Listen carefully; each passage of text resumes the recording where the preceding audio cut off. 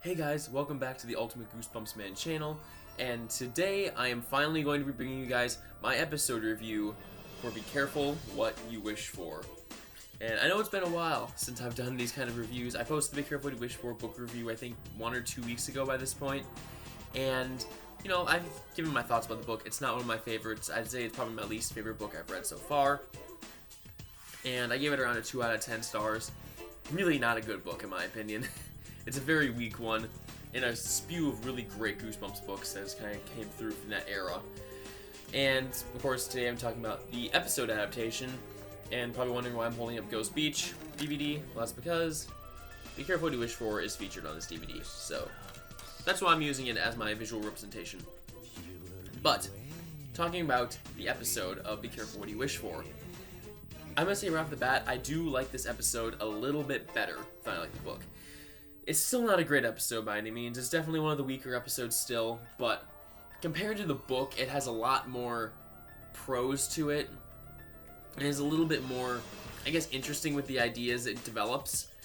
And I'll get more into that. But starting off, basic plot synopsis for you guys who don't know, it's pretty much the same as the book. Samantha Bird is a middle school student who is just a big klutz. She doesn't really seem to do anything right. She constantly is bullied by this girl named Judith. She's the worst player on her school basketball team, and one day she ends up helping this mysterious woman named Clarissa, and as a result of her kindness, she is repaid by getting the ability to be granted 3 wishes. And the wishes, as she makes them, go horribly wrong, hence the Be Careful What You Wish For title and kind of that monkey's paw kind of storytelling to it. And yeah, that's pretty much the main plot of it, put into very basic terms. And there are some differences this episode gives to the book, which I actually like the episode's changes a little bit better in a lot of ways. Starting off with the way that the wishes work in the episode. In the book, it was with a crystal ball that Clarissa was carrying with her, which is cool. I like that element, but in the episode, it's basically like this little, like, charm necklace. I don't know what you want to call it, but it's like a necklace with, like, this red crystal on the end of it that Sam wears.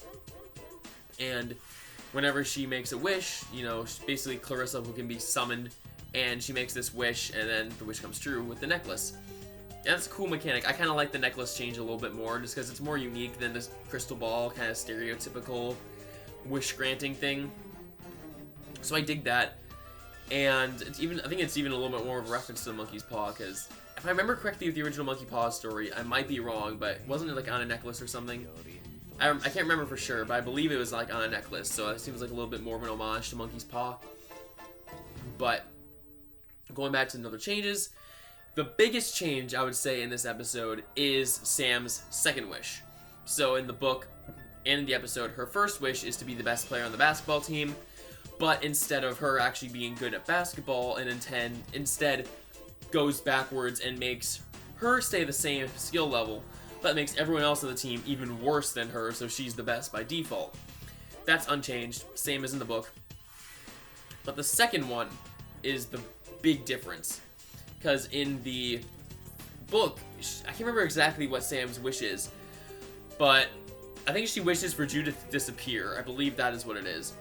And for some reason, Clarissa interprets that wish as she wants everyone in the world to disappear, and pretty much everyone else vanishes in the world and leaves Sam completely alone. Which is a little creepy, but like, I don't know, it just feels a little weird. Like, why would Clarissa interpret Sam's wish of having Judith disappear as being wanting everyone to disappear? It's a little weird. The episode makes it make more sense, because in the episode version, Sam is basically being picked on by everybody in school, and in a moment of frustration, she wishes that everyone would just buzz off. And as a result of this wish, everyone gets turned into a fly, except for Sam. And this is a change that I think is just so much more effective, because it makes more sense as to why that wish would be misinterpreted, and it adds some legitimate stakes to the story in this moment, because you basically have this whole scene of Sam running around the town and desperately trying not to step on any of these flies that are littering the ground, because, you know, those are people. And it's just this really tense scene of her just going around the town, seeing all this chaos that this thing has caused. Like, I think a bus has crashed, some other cars have crashed, like, a lot of chaos has caused as the result of this wish. Even her parents have been turned into flies, and there's just, it's a really eerie atmosphere to it, and again, the way they handle it is very interesting. And again, it fits the context of the story a bit more, and again, adds a little bit more stakes. And then Sam's third wish is unchanged again. It's just that she wishes that Judith would think she's the best person around and become her best friend, which turns Judith into a crazed stalker. And the other big change that I will say, and spoiler warning for the episode, if you have not seen the episode, I'm going to be spoiling the ending here, so if you don't want the ending spoiled, watch the episode and then come back and do this review, because, yeah, I'm going to be spoiling the ending because it does kind of also go into those changes. But the ending of the book involves Sam passing off the wishes to Judith, basically having one final wish that Clarissa gives her, and she wishes that Judith met Clarissa instead of her. And in the book's ending, Judith basically wishes that Sam would fly off Bird, which is a thing she tells Sam all the time in the book, because Sam's last name is Bird, and it ends up making Sam turn into a raven and fly away. It's just a weird ending, and it doesn't make any sense. I don't understand, again, why that was interpreted that way. I can kind of see it, but it doesn't make a ton of sense. And again, it's just an odd ending. But the episode ending actually makes things a little darker. Like, it takes a darker twist with what happens to Judith, where she ends up meeting Clarissa, and her first wish is that wherever she goes, no matter where she is, everyone would stand around and admire her. And Clarissa interprets this wish by turning Judith into a statue.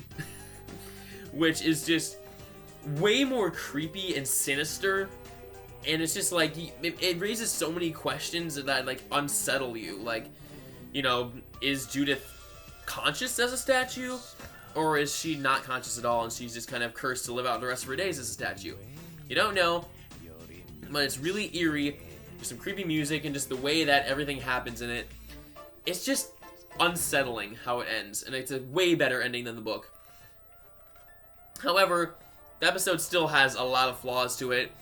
You know, Sam is still not the most likable character. She's very whiny and annoying.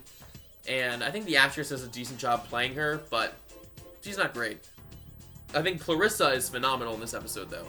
The actress who played Clarissa is great. She's really fun, really hams up her performance for the camera, and she's definitely the highlight performance of the episode. Other than that, the performances are again pretty weak. Still, overall, retains the sins of the book of just not really being scary, aside from those couple scenes near the end, the buzz-off scene and the ending. And again, it's just overall kind of a lacking story. There's just not much interesting stuff going on. Again, it's better because it has that 22-minute condensing, unlike the 2-hour read the book is. So, I think the episode definitely, again, fixes some of the book's problems, but it's still not a great episode, and it's not one I really ever want to rewatch again. But again, there's still some redeeming factors that put it above the book for me. And I gave this episode overall a 4 out of 10, so still not great, still the bottom tier ranking of my episodes. But I think overall it does a better job at conveying what the book wanted to convey. And again, fixes a lot of those issues. Makes it a little bit scarier in some instances, raises the stakes. And overall is just, again, it's a more clean adaptation. And so that's why I rated a little higher. But that's really all I have to say about this episode. I don't really know if there's much else I need to say. It's just, again, it's an okay time. It's not great, it's not horrible. It's just kind of on that lower end of, like, middling to upper end of bad. Like, I don't know. That's all I gotta say about it, really. But I really hope you enjoyed this review, guys. And let me know in the comments what your thoughts are on this episode. Do you like the episode more? Do you like the book more? I'm really curious to know. And I'll be coming back at you very shortly for my reviews for Piano Lessons Can Be Murder, which I'm really excited to talk about. So I hope you all see those videos then. And until then, I'll see you all in the next video. And have a scary day.